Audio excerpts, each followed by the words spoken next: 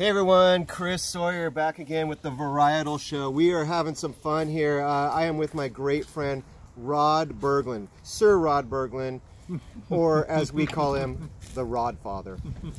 We are having a fine time tasting some wines. If you didn't see the other segment of the show, we were talking a little bit about the Chardonnay and Pinot Noirs from Russian River Valley.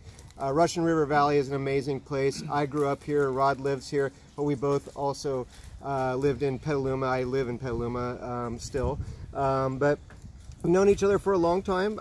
This site that we're sitting on and what's behind us right here is a very legendary site in the in basically Pinot Noir history of America, because this is where the Swan clone of Pinot Noir really kind of started at, before Francis Mahoney really took it and kind of started to test it over in Carneros and named it after where the source was, which is right here, which Joseph Swan started developing this area, this piece of property after he bought it in 1967. And Rod has been making the wines here full-time since 1989. And here we are, you know, we talked about the Pinots and we talked about the Chardonnays from the Ricci Vineyard, which were so great. But you do, what I love about you too is you always have your hands dabbling into other things. And so we want to taste you guys on a couple wines here today. And the first one is a Valdiguet. So in the old days, we'd call this kind of the style of the Napa Gamay. If you knew anything about Napa Gamay, or just Gamay in general, this is what kind of the Valdiguet is like. It is a very kind of Pinot-esque kind of grape, but it has a little bit more of a kind of a rounded, fruity flavor. Very good stuff. And you know, one producer that I feel like does a really good job with it, and kind of who I learned it from, was actually Jay Lohr. They do a great one. They always have when I go down there. What I really love to do with Valdiguet is really start out an evening with it, or just have lunch with it. It's just great, you know. And I like to serve it just a little bit more at cave temperature, if not even a little bit more chilled than that, because it's just fresh. You know, this is really berries, you know, and there's a lot of stuff going on in here. Tell us a little bit about this source and where this came from, this Valdiguet. Okay, there's a little bit of a story behind this. So back in 1968, when Joe made his first one at the property, Zinfandel, and then replanted with Pinot Noir the following year, got Zinfandel from a vineyard in Dry Creek, the Tildesky Vineyard. Well, Joe was a very smart guy, but he didn't use a lot of words. He was an incredible reader. He was incredibly intelligent, but he was very succinct when he talked about things. And apparently there was a misunderstanding, according to him, or lack of communication with the owners of Tildesky. They thought he just wanted to get Zinfandel once. They didn't realize he wanted to get it back. So he went to look at the grapes in 1970, and the vines were empty, and he asked where his grapes went. And they go, well, you didn't tell us you wanted them. But we do have these other grapes that are later ripening, Gamay. And he goes, well, I've got to make something, so I'll take those. He was still traveling as an airline pilot, so he wasn't on site all the time. And at his wake in January of '89, we had a gathering of amazing people. We just drank great wine and did it on Super Bowl Sunday, because it had always been a deal. The people from Shape and East would come up and hang out, a little tiny television, drink world-class wines, and watch the Super Bowl. And we had it that day, and pretty amazing people were there. But his son, his middle son, who always said, I was traveling as an airline pilot, I have no idea how the 70 Gamay was made. I know what I left instructions for, but I have no idea if he did it. And it was a wine that became legendary and still by old-timers who've had it, considered one of the great wines of California history. But unfortunately, well, it shouldn't unfortunately, it was something he couldn't repeat, because 70 was such a unique year, and the wine was big, but not in a fat way like modern bigness. It just had so much intense concentration of fruit. It was perfectly balanced. It was just amazing wine. He went back to making Zinfandel again after that, but we found out years later that the grape they call Gamay over here, or Napa Gamay, was really a grape known as Valdiguet, which is what the government requires to be labeled at now. They came with this program along the way, the people who approve labels. If you're not on the list of approved grape names, you can't use it. You can't use other places' names and things. You have to be accurate in what you call them, and Valdiguet was approved, and it was proved that's what it was. It was a grape that was very popular in southern France, but it's fairly uncommon there now. but it was probably called Gamay because, like the Gamay grape, it ripens later, usually at lower sugar levels, and produces these wines that are very fruity and fruit forward, but not in a foo-foo way. They can be somewhat serious, but their wines are just meant for total enjoyment, and they remind me very much of Cru Beaujolais in terms of their style and the kind of wines they make. So fast forward many years, and had a gentleman came to work for us who was a Davis graduate in enology. He had done a stint at Ridge, and the winemaker, now retired, Paul Draper, pulled out a bottle of the 70 Gamay, because he and Joe were good friends, for a post-harvest dinner. And Ted Kaiser's his name. He's now over at Dunn in Napa Valley. But he said, if I ever work for them, they're going to have to make this again. And so he approached me, and I said, fine, if you find the grapes, I'll make a little bit. He searched the state, and everything he found was just been ripped out, or was committed, or was going to Gallo, or something else. And finally, one day he was frustrated, he said, I give up. I said, why don't you call the Tildeskis? The winery that got it after Joe had it, I don't even know if they're around still. I haven't talked to them in years. We won't poach the grapes, but it might be worth a phone call. He called up and he goes, you know, I ripped those out a few years ago. They stopped producing.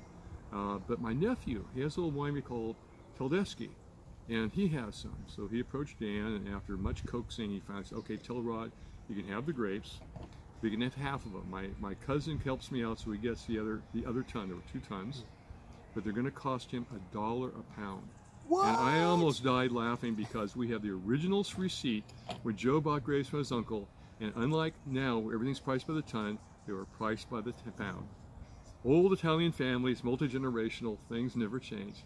And So it's been great to work Sonoma with them, but it was a fun story. And until no grapes last year because of the fires, but the prior year, I found that Dan's mother was retiring. She wasn't going to pick anymore, and I told Dan, you know, your mother picking is half the story of these grapes. She's picked them every year her entire life, and without her picking them, the grapes are only worth half as much, because that's half the story.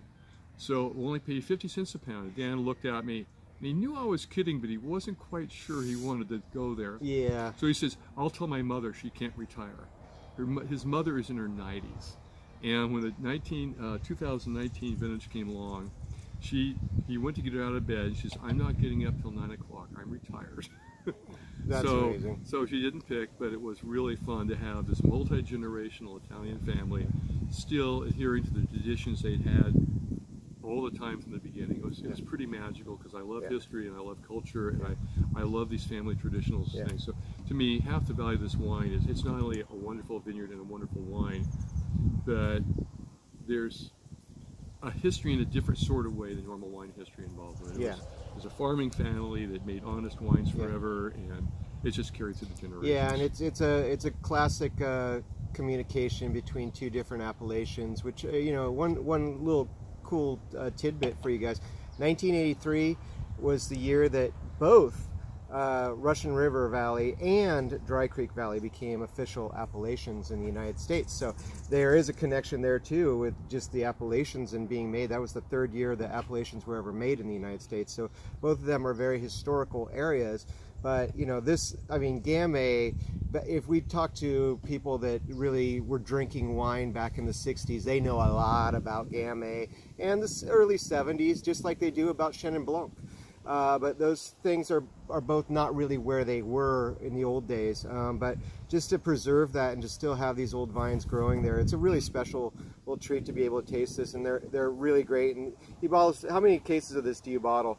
Well, we're up now. We're up around 100 cases now. 100 cases, you guys. Come here and get them before they're gone. That's the whole vineyard. Yeah, that's the whole vineyard. This is not available across the United States, by the way. Real quick corrections. I hate correcting a guy with as much smarts as him, but Russian River Valley, Sonoma Valley, and so on are American viticultural areas, or AVAs. Sonoma County, being a geopolitical area, is an appellation. That's correct. In France, they call them appellations. They're AVAs. We don't have appellations here. We have another thing.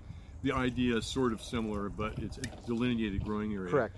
And the Gamay thing, to avoid confusion, there are wines now labeled as Gamay, but they are made from the true Gamay grape. There's more of them probably in Oregon than there are down here. But we do now have the true Gamay of Beaujolais planted here.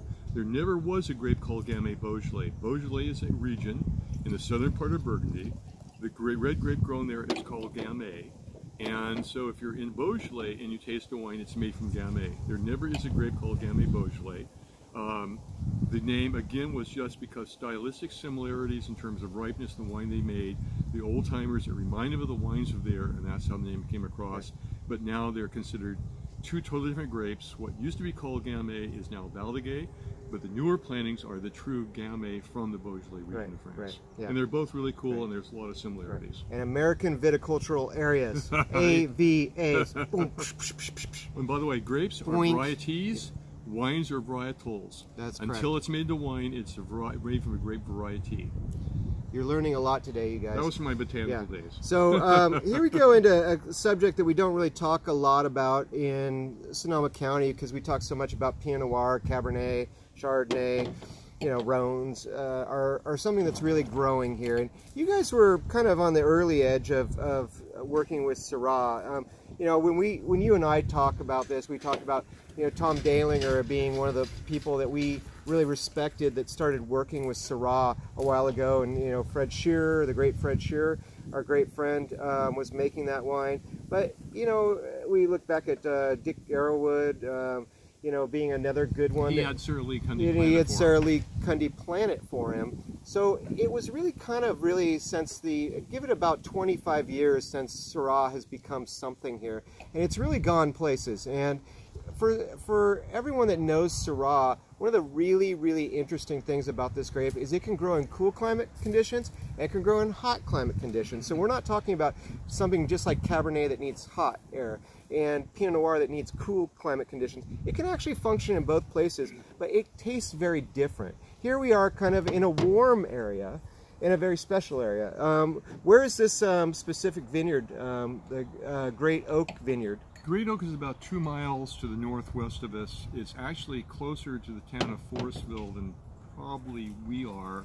We have a Forestville address, they have a Hillsburg address. Yeah. It's one of the weird things about Sonoma County. So it's that direction, about 2 miles, just north side of the river, adjacent to what is now the Gary Farrell winery, even though the vineyard predates Gary Farrell. It's adjacent property. Okay. Yeah, that's kind of up on right near the Russian River. It's just above. It's just above the river. Okay. The hills right above. Yeah. It. So you know, this is a very interesting grape that really performs well here, and I've always liked your style of it too, because it does remind me a lot of the Rhone Valley, just because it does have, there's a little gaminess in there, but it has a lot of fruit too, and it's nice ripeness too, but it's not overly ripe. What have been some of the tricks you've learned from this grape? Well, the first thing is, you want to be economically successful, you probably don't plant it. It was a sommelier's hot wine going for years, but then we had this importation flood from Australia, and we're not talking about the great wines of Australia, we're talking about the made-for-export wines that flooded the market, things with funny little animal labels and stuff. And it's called Shiraz. Would you mind bringing up the soils? Soils? Yeah. Thanks. And unfortunately, they tainted people. It's like going out and drinking too much at the bar and having a hot hookup, and the next day you wake up and like, what was I thinking? That's happened to Shiraz. People got enough of it really quickly, and it went boom and bust. Unfortunately, it painted with a broad brush everything labeled Syrah, which is the same grape as Shiraz in Australia, and people that were turned off to it had never experienced the great wines in Northern Rhone, which were some of the great wines of France. Years ago, Burgundies were improved, they thought, by Hermitaging them, by bringing Syrah up from Hermitage, add color and depth to the local Pinot Noirs. No one in the right mind would do that now, but that was historically what was done. So Syrah has always been considered a great grape. But cool climate Syrah, and we are for Syrah in a cooler climate, vastly different than warmer climate Syrahs in terms of the wines that are produced. It's not a good or bad, it's just different stylistically. And around here, because of the nature of our climate, our shallow soils, and all the other conditions we have, we make wines that are much more reminiscent of the wines of the Northern Rhone. In the Northern Rhone, there are different appellations, and they right next to each other can be vastly different. Côte Rôtie is very different than Hermitage. Hermitage is very different than Cornas. And we have a friend in Cornas in Northern Rhone, Thierry Allemande, who a fellow worked for me, who worked at Great Oak because his father and the owner of Great Oak were best friends for years when they grew up in Tahoe. And after Jim graduated from UC Berkeley with a degree in math, was going to go to graduate school for a PhD, decided to go back to his roots, working from college in restaurants. He loved wine. He's now a master sommelier at a 3 Michelin-starred restaurant. But brilliant wine guy. He went to work with Thierry Allemande. Yeah. That's how we met Thierry. Yeah. And I went to visit Thierry after he built his new winery there. He makes amazing wines. And he says, I have a new cuvee for you to taste. And he says, but you've already had it. I go, Thierry, if it's a new wine, why would I have tasted it? Where would I have tasted it? You go to the Rush River Valley. Did you send a bottle back with Jim? And he goes, no. And he goes, you made it. I go, what do you mean I made it? This is Great Oak. And he poured me his, and I go, oh my God, I've said that before, but I would never say in France I have a wine that reminds me of a French wine. But it was amazing how close they were. Yeah. Then I was in London with one of our wine importers, and we went to a wine shop, and he said the guy only carries one label from any winery in the world, and so he already has your wine. He won't carry anything else, but we want him to taste the other wines. And he introduced the wine to him and said, you've got to taste this Syrah. It's like Côte Rôtie. And I felt like about this big, I was going to crawl under the drawer and disappear, because you don't tell Europeans you make wine like Europe. That's just, it's different places. And he looked at him and he said, you're full of shit. And I thought, okay, I'm done. I'm just going to leave now. And he goes, no one in Côte Rôtie makes wine this good anymore. They've all listened to their importers, and they're over-oaking and ruining them, destroying the sense of place. Well, that's weird. I always thought our estate was more like stylistically like Côte Rôtie.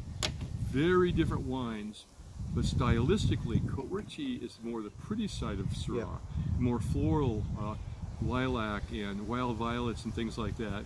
Where Great Oak was more of what they call animal and sauvage, gamey and wild, English saddle leather, bacon fat, and all those things. Both had plenty of fruit, but they were totally different places. This is 95% of the reason. Same clone of Syrah, same vine spacing, planted the same year, total control of both vineyards, same winemaking. This is the soil from Great Oak. Fractured shale and sandstone that accumulated in an oceanic trench, transported when the tectonic plates subducted under North American plate, and the loose rock stuck to the edge. That's 100 million years old roughly, and they take forever to break down. There's no organic material, very little soft stuff. And this is us. It's like talcum powder. Sea bottom, sandstone. Sandstone right behind me is about a foot down to the solid sandstone. You take a chunk of it, rub your thumbnail over it, it just blows away.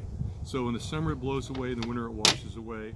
Both very well drained, but I don't know how else to describe the differences, because everything else is almost the same. Slightly warmer, higher elevation over there, but I think 95% of the difference in the wines are these two. So they're made basically the same. We normally de-stem and crush everything, which we don't do with a Pinot Noir. Once I'll experiment with a whole cluster, 100% small lot for fun. But the differences over the years we've been making both have come closer to a middle ground, but they're still distinctly different from each other. Yeah. And I think Syrah is as reflective of place, as transparent of a wine as Pinot Noir is. I agree. There's just less of a planet. It's just one of my favorite grapes in the world. I mean, actually, you and I love the same grapes for reds. I mean, Pinot Noir, Zinfandel, and Syrah are right there in my top three. It's just. I wish we'd grow better Nebbiolo there. I do. We did have a good bottle of Nebbiolo last night. They exist, but Nebbiolo is another one, but it is not typical. You guys, it's not typical. But they're amazing, and they really do great here. Well, I want to thank you once again. You and I have a little bit more to taste on this. We've found this cool bottle of Simi from like the ancient days when it was just called North Coast Burgundy. It's probably from the early 60s, and we're going to finish this, but that's just because we're pals and we need to do this. We can. Yeah, because we can, and it's Friday, and we care about you guys, so we want you guys to have a great week, regardless of when you watch this show. But one last thing, there's a very good chance there's Valdegay in this, because that was widely planted and often used in these kind of wines. There's probably a lot of other stuff too. There's a very good chance that actually some just remember, this says Burgundy, and it is not from Burgundy. There's no way this came from Burgundy, you guys. And that's just how these weird things went in the old days before laws started being put in place and things like that. But we thank you once again for being part of this great show, the Varietal Show, that is. and to hang out with me and Rod Berglund from Joseph Swan Winery right here in Sonoma County, and more importantly, Russian River Valley. Thanks, you guys. Cheers. If you time it right and you get him up here again, you can get a selfie with the both of us. Indeed. With Sawyer and the Rod Father, that's big time, you guys. Cheers.